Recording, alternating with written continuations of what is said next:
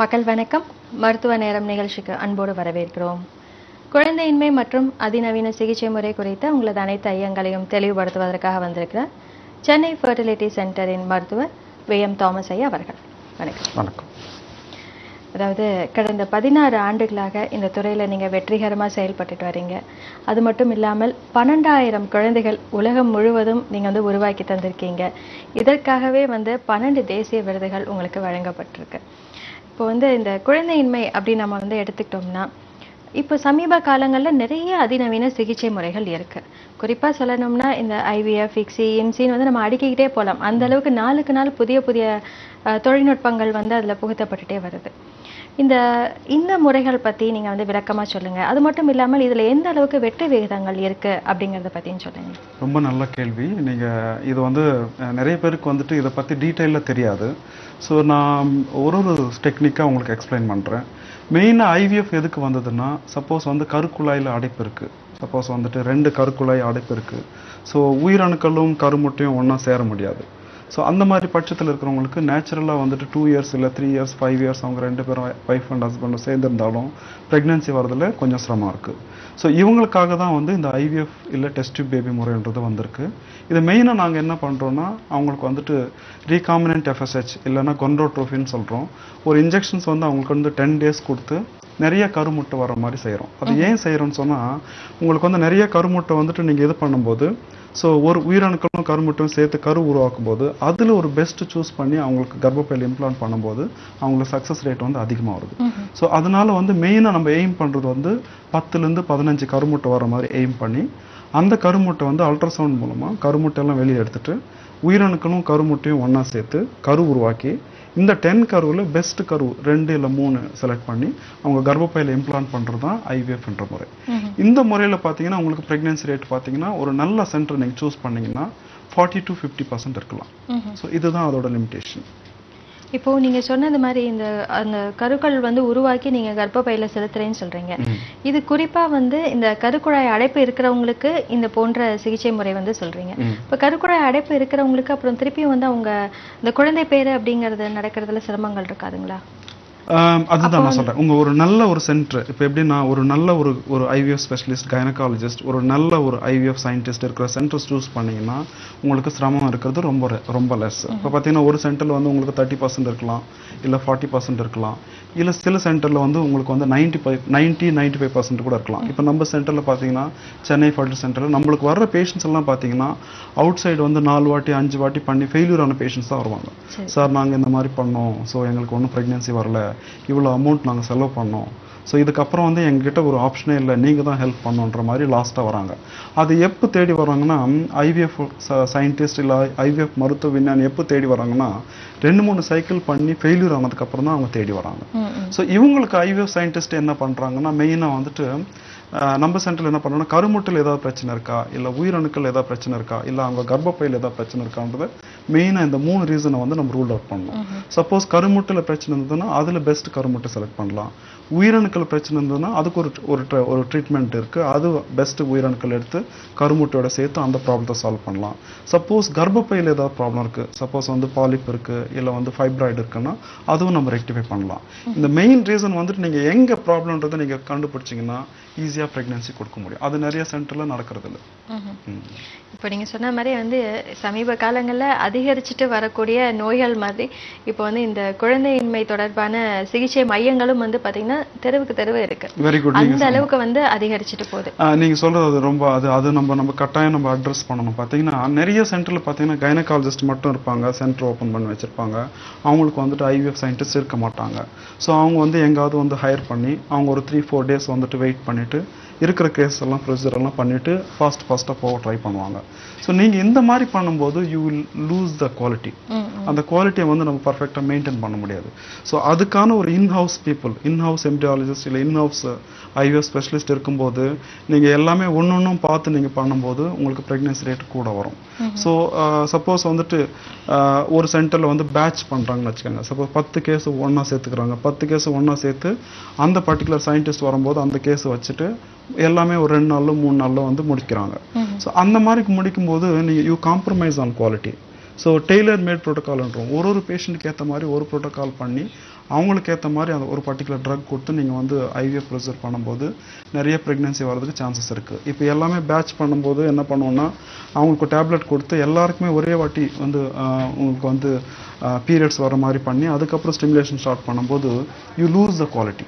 So அதனால வந்து patients வந்து மெயினாக செலக்ட் பண்ணும்போது இன்ஹவுஸ் இருக்காங்களா, இன்ஹவுஸ் கைனகாலஜிஸ்ட் இருக்காங்களா, இல்லை இன்ஹவுஸ் எம்ப்ரியாலஜிஸ்ட் இருக்காங்களா, டே டு டே கேஸ் பண்ணுறாங்களா, இல்லை பேட்ச் பண்ணிட்டு பண்ணுறாங்களா, இது எல்லாமே பார்த்துட்டு போகிறது பேஷண்ட்ஸ்க்கு ரொம்ப யூஸ்ஃபுல்லாக இருக்கும். சரிங்க, மேலும் நம்ம இதை பற்றி விரிவாக பார்க்கறதுக்கு நேயர்கள் இருக்காங்க. மக்கள் வணக்கம். மக்கள் வணக்கம். ஹலோ வணக்கம், எங்கேருந்து அழைக்கிறீங்கம்மா?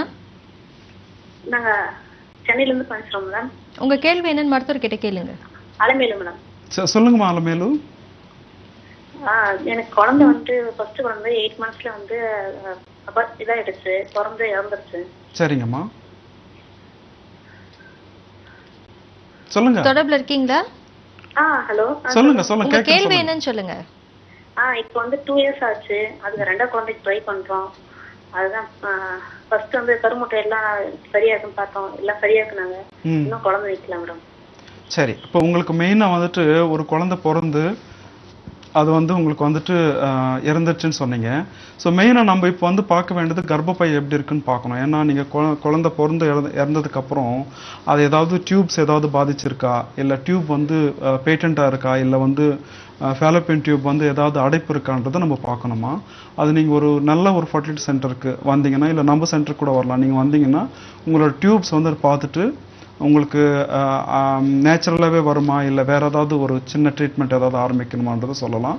பட் பயப்படாதீங்க, இப்போ நிறைய அட்வான்ஸ் ட்ரீட்மெண்ட் முறைகள் இருக்குது. ஏதாவது ஒரு ட்ரீட்மெண்ட் பண்ணி கட்டாயம் உங்களுக்கு வந்து ப்ரெக்னென்சி கொடுக்க முடியும். இது ஒன்றும் பயப்படுற மாதிரி ஒன்றும் கிடையாதுமா. நீங்கள் ஆல்ரெடி ப்ரெக்னென்சி வந்ததுனால நீங்கள் ஹைலி ஃபர்டைல், உங்களுக்கு ஈஸியாக வந்து ப்ரெக்னென்சி வரவழைக்க முடியும். தொடர்பு கொண்டா இருக்கு, மிக்க நன்றிம்மா. மற்றொரு நேர் தொடர்பில் இருக்காங்க. மக்கள் வணக்கம். ஹலோ வணக்கம், எங்கேருந்து அழைக்கிறீங்கம்மா? தீனூர்ல இருந்து பேசுறேன்டா. டாக்டர்கிட்ட பேசுறேன். சொல்லுங்கம்மா. கேள்வி என்னன்னு சொல்லுங்க. டாக்டர் 2 months பீரியட் வரல. 55th டேல பிரெக்னன்சி யூரின் டெஸ்ட் வீட்ல கிட்ல ட்ரை பண்ணும்போது டபுள் லைன் வந்தது பாசிட்டிவா. சரிங்கம்மா. நான் 60th டேல ஸ்கேன் பண்ணி பார்க்கும்போது எண்டோமெட்ரியம் திக்கண்டா இருக்கு அப்படின்னு சொன்னாங்க. சரிங்கம்மா. அப்புறம் யூரின் டெஸ்ட் நெகட்டிவா வருது. அது இப்போ எதனால டாக்டர்? அது நம்ம நார்மலா என்ன சொல்றோம்னா உங்களுக்கு வந்து இர்ரெகுலர் பீரியட்ஸ் இருக்குங்களா, ஒரு 2 மாசமா பீரியட்ஸ் இன்னும் வரலன்னு சொன்னீங்கல்ல. இப்போ மெயினா வந்துட்டு உங்களுக்கு வந்துட்டு யூரின் டெஸ்ட் வந்து பாசிட்டிவ்னு வந்திருக்கு. பட் ஆனா 50th டேல செக் பண்ணும்போது டபுள் லைன் வந்தது. ஆனா ஒரு பீட்டா எஸ்சிஜின்னு ஒன்னு பண்ணி பாத்தீங்களாமா? பீட்டா எஸ்சிஜில வந்து ரெஃபரன்ஸ் ரேஞ்ச் வந்து 2.9 இருக்கு டாக்டர். 2.9ன்றது வந்து அது பயோகெமிக்கல் பிரெக்னன்சி மாதிரி இருக்குமா. பிரெக்னன்சி வந்திருக்கு, பேபி வந்து கர்ப்பப்பையில் இம்ப்ளான்ட் பண்றதுக்கு ட்ரை பண்ணிருக்கு, ஆனா இம்ப்ளான்ட் ஆகலை. இது நம்ம சயின்டிஃபிக்காக நாங்கள் என்ன சொல்றோம்னா பயோகெமிக்கல் பிரெக்னன்சின்னு சொல்றோம். இது மேபி வந்து உங்கள் எண்டோமெட்ரியம் திக்னஸ்ல ஏதாவது ப்ராப்ளம் இருக்கலாம், இல்லை வந்துட்டு கருமுட்டையில் ஏதாவது ப்ராப்ளம் இருக்கலாம், இல்லை உயிரணுக்கள் ஏதாவது ப்ராப்ளம் இருக்கலாம். ஸோ நம்ம வந்து அதை செக் பண்ணி பார்க்கணுமா. நீங்கள் நம்ம சென்டருக்கு வந்தோன்னா உங்களுக்கு தரவாக செக் பண்ணிவிட்டு ஏன் இந்த மாதிரி நடக்குது, ஸோ இதுக்கு என்ன சொல்யூஷன்ன்றதை நம்ம பண்ணிவிட்டு உங்களுக்கு ஈஸியாக ப்ரெக்னென்சி பண்ணி கொடுக்க முடியுமா. பயப்படாதீங்க. தொடர்பு கொண்டா இருக்க மிக்க நன்றிம்மா. இப்போ நம்ம வந்து இந்த குழந்தையின்மை தொடர்பான பிரச்சனைகள்ல என்ன மாதிரியான சிகிச்சை முறைகள்லாம் இருக்கு அப்படிங்கறத பத்தி பார்த்தோம். மெயினா ஐவிஎஃப் பத்தி நம்ம பேசியிருக்கோம். ஆமா, அதுல தொடர்ந்து வந்து பாத்தீங்கன்னா இந்த மாதிரியான நிறைய நிலையங்கள் இருக்கிறதுனால அது வந்து எப்படி வந்து அவங்க தேர்ந்தெடுக்கிறது அப்படிங்கறத சொல்லுங்க. ஸோ இப்போ பாத்தீங்கன்னா ஐவிஎஃப் சென்டர்ஸ் நம்ம சென்னையிலே பாத்தீங்கன்னா முன்னாடி ஒரு 2-3 இருந்தது, மேக்ஸிமம் ஒரு 5 சென்டர் இருந்தது. இப்போ வந்து ஒரு புற்றீசல் மாதிரி நிறைய ஐவிஎஃப் சென்டர்ஸ் வந்திருக்கு. ஸோ அது தரமானதா அப்படின்றது கண்காணிக்கிறதுக்கும் வந்து ஐசிஎம்ஆர் கைட்லைன்ஸ் தான் கொடுத்துருக்காங்க. இது வரைக்கும் லா என்ற மாதிரி எதுவும் வரல. ஸோ வந்து ஒரு கைனகாலஜிஸ்ட் வந்து இந்த மாதிரி குவாலிஃபிகேஷன் இருக்கணும், ஒரு எம்ப்ரியாலஜிஸ்ட் வந்து சயின்டிஸ்ட் வந்து இந்த மாதிரி குவாலிஃபிகேஷன் இருக்கணும், அந்த மாதிரி ஒரு ப்ராப்பராக அது கண்காணிக்கிறதுக்கு இது வரைக்கும் ஒரு லா மாதிரி வரல. ஸோ பட் இது நீங்கள் எப்படி சூஸ் பண்ணுறதுன்னு பார்த்தீங்கன்னா அந்த சென்டர் வந்து தரமான சென்டரா, அந்த சென்டரில் எவ்வளோ ப்ரெக்னென்சி ரேட் இருக்குது, ஸோ ப்ரெக்னென்சி ரேட் எவ்வளோ இருக்குது, ரெகுலராக கேசஸ் பண்ணுறாங்களா, டெய்லி கேசஸ் பண்ணுறாங்களா, இல்லை பேட்ச் மாதிரி பூல் பண்ணி பண்ணுறாங்களா, இதெல்லாமே நீங்கள் பார்க்க வேண்டாம் இருக்கும். இப்போ அந்த கைனகாலஜிஸ்ட் வந்து எத்தனை வருஷம் எக்ஸ்பீரியன்ஸ் இருக்காங்க, அவங்களோட ப்ரெக்னென்சி ரேட் என்ன. சப்போஸ் அவங்கள மட்டும் பார்க்காம நீங்கள் எம்ப்ரியாலஜிஸ்ட்டும் பார்க்கணும், அவங்களோட எக்ஸ்பீரியன்ஸ் என்ன, அவங்க எத்தனை வருஷமாக இந்த ஃபீல்டு இருக்காங்க, இது வரைக்கும் எத்தனை பேபி உருவாக்கியிருக்காங்க. ஸோ நம்ம மெயினாக வந்து நம்ம பேஷண்ட்ஸ் எல்லாமே என்ன நினைக்கிறாங்கன்னா ஒரு ஃபர்டிலிட்டின்னு சொன்னாலே கைனகாலஜிஸ்ட் தான் நினைக்கிறாங்க. அது ஒரு தப்பான ஒரு கருத்து. எம்ப்ரியாலஜிஸ்ட்டும் கைனகாலஜிஸ்ட்டும் ரெண்டு பேரும் சேர்ந்து பண்ணுற ப்ரொசீஜர் தான் IVF ப்ரொசீஜர். இன்ஃபேக்ட் நீங்கள் பார்த்தீங்கன்னா majority of the the most of the இது வந்து பார்த்தீங்கன்னா pregnancy rate depends on IVF scientist தான். அவங்க ரொம்ப நல்லா இருந்தாங்கன்னா even you can achieve more than 90 to 95% கூட பாசிபிள். ஸோ முன்னாடி எல்லாம் பார்த்தீங்கன்னா நீங்கள் கோட் பண்ணுற ரிசல்ட்ஸ் பார்த்தீங்கன்னா வேர்ல்டு வைட் 30 இல்லை 40 இல்லை மேக்ஸிமம் 50 சொல்லுவாங்க. பட் நம்ம சென்டரில் 90 above இருக்கு. ஸோ நீங்கள் ஒரு பெஸ்ட் கைனகாலஜிஸ்ட் ஒரு பெஸ்ட் எம்ப்ரியாலஜிஸ்ட் ரெண்டு பேரும் சேர்ந்து பண்ணீங்கன்னா நீங்கள் 90 to 95% சக்ஸஸ் ரேட் வந்து ஈஸியாக அச்சீவபிள். ஸோ அதனால ஒரு எம்ப்ரியாலஜிஸ்ட்டும் கைனகாலஜிஸ்ட்டும் இன்ஹவுஸாக இருக்கிற சென்டர் வந்து நீங்கள் தேடி போகிறது உங்களுக்கு ரொம்ப யூஸ்ஃபுல்லாக இருக்கும். அதர்வைஸ் 2 வாட்டி 3 வாட்டி பண்ணாலும் உங்களுக்கு சக்ஸஸ் வர்றது ரொம்ப சிரமம். சரிங்க, மேலும் இதை பற்றி விரிவாக பார்க்கறதுக்கு முன்னாடி நேயர்கள் இருக்காங்க. மக்கள் வணக்கம். மக்கள் வணக்கம். ஹலோ வணக்கம், எங்கேருந்து அழைக்கிறீங்க? வணக்கம் மேம், என்னுடைய பேர் அனிதா. உங்க கேள்வி என்னன்னு சொல்லுங்கம்மா. எனக்கு திருமணம் ஆகி 1.5 வருஷம் ஆச்சு. ஒரு 6 மாதத்துக்கு முன்னாடி எனக்கு அதாவது என்னுடைய ஹஸ்பண்டுக்கு வந்து 3 months வந்து இல்ல அப்படின்னு சொன்னாங்க. சரிங்கம்மா. அவரு டேப்லெட் எடுத்துட்டு இருந்தா அவங்களுக்கு கொஞ்சம் ஓரளவுக்கு கியூர் ஆன மாதிரி இருந்தது. அப்போ 2 மாசத்துக்கு முன்னாடி குழந்தை அதாவது தம்பிச்சு உடனே என்ன சொன்னாங்க, குழந்தைக்கு வந்து லேசா எனக்கு ப்ளீடிங் ஆரம்பிச்சதுனால குழந்தைக்கு வந்து ஹார்ட் பீட் இல்ல, அதனால அபார்ஷன் பண்ணுன்னு சொல்லிட்டாங்க. இப்போ எனக்கு வந்து சரி ஒரு 3 மாசமா இப்போதைக்கு எனக்கு வந்து ரெகுலர் பீரியட்ஸ் வந்தது. டாக்டர் வந்து எனக்கு கர்ப்ப குழாயில உங்களுக்கு ஏதாவது அடைப்பு இருக்கா, தைராய்டு இருக்கா, இந்த எல்லாமே செக் பண்ணாங்க. சரிங்கம்மா. ஆனா இந்த மாசம் வந்து எனக்கு தைராய்டு அதாவது கர்ப்ப குழாயில ஏதாவது அடைப்பு இருந்தா கிளியர் ஆகுமான்னு சொல்லிட்டு ஒரு 3 மாசத்துக்கு டேப்லெட் கொடுத்துட்டு இருக்காங்க. எடுத்துட்டு இருக்கேன். இந்த மாசம் என்ன ஆயிடுச்சுன்னா ஒரு 4 நாள் 4 days தள்ளி போச்சு. இப்போ பீரியட்ஸ் ஆயிடுச்சு. அது எதனால என்னன்னு அவங்களுடைய ப்ராப்ளம்னாலயா என்னன்னு எங்களுக்கு தெரியல சார். இது நீங்க சொல்றது இது எப்படின்னு பாத்தீங்கன்னா உங்களுக்கு கர்ப்பப்பையில வந்து ஏதாவது பிரச்சனை இருக்கான்றது நம்ம பார்க்கணுமா, கண்டறியணும். அது எப்படின்னு பாத்தீங்கன்னா ஹிஸ்டோஸ்கோப்பின்னு ஒன்று பண்ணி பார்க்கணும். ஸோ அடிவையா ஒரு மைக்ரோஸ்கோப் மாதிரி விட்டு கர்ப்பப்பையில் ஏதாவது சின்ன சின்ன பாலிப் இருக்கா இல்லை வேற ஏதாவது ஃபைப்ராய்டு மாதிரி ஏதாவது உங்களுக்கு இருக்கான்றதை நம்ம அதுக்கு துல்லியமாக பார்க்கணும். சப்போஸ் அந்த மாதிரி ஃபைப்ராய்டு இருக்கு இல்லை வந்துட்டு உங்களுக்கு வேற ஏதாவது ஒரு பாலிப் மாதிரி இருக்குன்னா இது எல்லாம் என்ன பண்ணணும்னா பேபியை வளர விடாமல் தடுக்கும். ஸோ அந்த மாதிரி ப்ரொசீஜர் பண்ணி சப்போஸ் அந்த மாதிரி ஏதாவது இருந்ததுன்னா க்ளீன் பண்ணி எடுத்துடலாம். ஸோ உங்களுக்கு அந்த மாதிரி ப்ராப்ளம் இருக்கிறது ரியலாகவே இருந்ததுன்னா ஸோ அது வந்து உங்களுக்கு ப்ராப்ளம், அதை எப்படி சரி பண்ணுறது இருக்கா இல்லையான்றதை நம்ம கண்டறியணும். நெக்ஸ்ட் ப்ராப்ளம் வந்து உங்கள் ஹஸ்பண்டுக்கு வந்து உயிரணுக்கள் கம்மியாக இருக்குன்னு சொன்னீங்க. அதுக்கப்புறம் மெடிசன் கொடுத்து அதுக்கப்புறம் இம்ப்ரூவ் ஆயிடுச்சுன்னு சொன்னீங்க. சம்டைம்ஸ் வந்துட்டு இதை நாங்கள் சயின்டிஃபிக்காக என்ன சொல்கிறோம்னா சிவியர் ஒலிகோசூஸ்போமியான்னு சொல்கிறோம், சோட்டுன்னு சொல்கிறோம். இது வந்து உயிரணுக்கள் கம்மியாக இருக்கிறதுல பார்த்தீங்கன்னா சம்டைம்ஸ் ஜெனட்டிக்கலி அப்நார்மல் ஸ்போம்ஸ் கூட இருக்கலாம். ஸோ நார்மல் ஸ்போமும் இருக்கும், அப்நார்மல் ஸ்போமும் இருக்கும். இதில் ஏதாவது அப்நார்மல் ஸ்போம் வந்து உங்கள் கருமுட்டையோட நேச்சுரலாக சேரும்போது இந்த மாதிரி உங்களுக்கு வந்து அபார்ஷன் நடக்கிறதுக்கும் சான்சஸ் இருக்குமா. பட் ஆனால் IVF முறையில் இதை பரிசோதனை பண்ணி பெஸ்ட் கருமுட்டையும் பெஸ்ட் உயிரணுக்களும் சூஸ் பண்ணி நீங்கள் வந்து ரெண்டுமே சேர்த்து கரு உருவாக்கி உங்கள் கர்ப்பப்பையில் வைக்கும்போது உங்களுக்கு அபார்ஷன் வராமல் 100% வந்து அவாய்ட் பண்ண முடியுமா. நீங்கள் you can go with healthy baby. தொடர்பு கொண்டு இருக்க மிக்க நன்றிமா. மற்றொரு அன்பர் தொடர்பில் இருக்காங்க. மக்கள் வணக்கம்.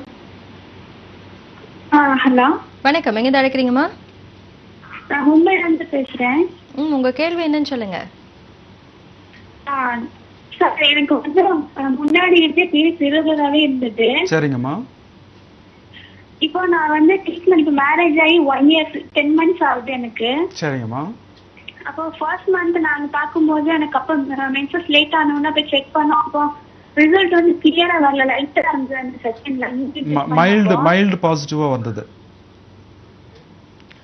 தொடர்புல இருக்கீங்களா? மைல்டு பாசிட்டிவா வந்துச்சுன்னு சொல்றீங்க.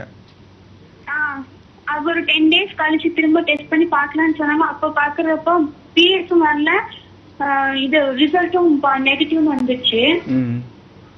அப்புறம் நாங்க ட்ரீட்மெண்ட் எடுத்துக்கிட்டோம். நான் ஊருக்கு போய் பார்த்தப்ப ஸ்கேன் பண்ணப்ப அவங்க PCOD ப்ராப்ளம் இருக்குன்னு சொன்னாங்க. சரிங்கம்மா. 4 months எடுத்தா கிளியர் ஆயிடுன்னு சொன்னாங்க. ஆனா எனக்கு அங்க 2 months தான் இருக்க முடிஞ்சது. அப்ப இங்க வந்து கண்டினியூ பண்ணிக்கலாம்னு சொன்னாங்க. சரிங்கம்மா. நான் இங்க உள்ள டாக்டர் கிட்ட கன்சல்ட் பண்ணேன். அவங்க வெளியே வர மாட்டேங்குது அப்படின்ட்டு டேப்லெட்ஸ் கொடுத்தாங்க ஃபர்ஸ்ட் மந்த். சரிங்கம்மா. அப்போ வந்து எனக்கு 20 அந்த டோஸ் வந்து 20 days ரொம்ப லேட்டா இருந்துச்சு. நெக்ஸ்ட் மந்த் இன்ஜெக்ஷன் போட்டு பார்த்தாங்க. சரிங்கம்மா. இன்ஜெக்ஷன் போட்டப்பவும் எனக்கு அது கன்சீவ் ஆகும்போது தெரியல மென்சஸ் வந்துச்சு. சரிங்கம்மா. இப்போ பிசிஓடி ப்ராப்ளம் இருந்தா கன்சீவ் ஆகிறதுக்கு கொஞ்சம் டஃப்னு சொல்றாங்க. இல்ல அது வந்து அந்த மாதிரி கஷ்டம் எல்லாம் ஒண்ணும் கிடையாதுமா, பயப்பட வேண்டிய அவசியம் இல்ல. பிசிஓடின்னு சொல்றது என்னன்னு பாத்தீங்கன்னா உங்களுக்கு வந்து அந்த கருமுட்டை பையர்னு சொல்றோம்ல, அந்த கருமுட்டை பையில வந்து சின்ன சின்ன நீர்க்கோப்பெல்லாம் இருக்குமா. அந்த நீர்க்கோப்பெல்லாம் வந்து நீங்க வந்து ஒரு லேப்ரோஸ்கோபி பண்ணி அந்த நீர்க்கோப்பெல்லாம் ட்ரில்லிங் பண்ணி அந்த நீர்க்கோப்பெல்லாம் கம்ப்ளீட்டா எடுத்துடலாம். எடுத்துட்டு நீங்க நேச்சுரலாவே ட்ரை பண்ணாலும் பிரெக்னன்சி கட்டாயம் வரும். இல்ல எனக்கு ஃபேமிலி ப்ரெஷர் இருக்கு, எனக்கு கட்டாயம் இமிடியேட்டா பேபி வேணும்னு நினைச்சீங்கன்னா ஐவிஎஃப் ட்ரீட்மெண்ட் வந்து பிசிஓக்கு வந்து அதுதாம்மா ட்ரீட்மெண்ட், மெயினான ட்ரீட்மெண்ட்.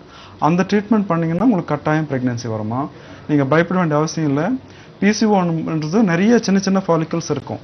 நீங்க வந்து இன்ஜெக்ஷன் போட்டால் உங்களுக்கு நிறைய கருமுட்டை வரும். ஸோ இமிடியேட்டாக பேபி வேணும், எனக்கு ப்ரெஷர் இருக்குன்னா நீங்கள் ஐவிஎஃப் ட்ரீட்மெண்ட் எடுக்கிறது உங்களுக்கு ரொம்ப யூஸ்ஃபுல்லாக இருக்குமா. ஐவிஎஃப் ட்ரீட்மெண்ட்டில் உங்களுக்கு வந்து இந்த மாதிரி அபார்ஷன் ஆகிறதோ இது எல்லாமே நீங்கள் கம்ப்ளீட்டாக அவாய்ட் பண்ண முடியும்.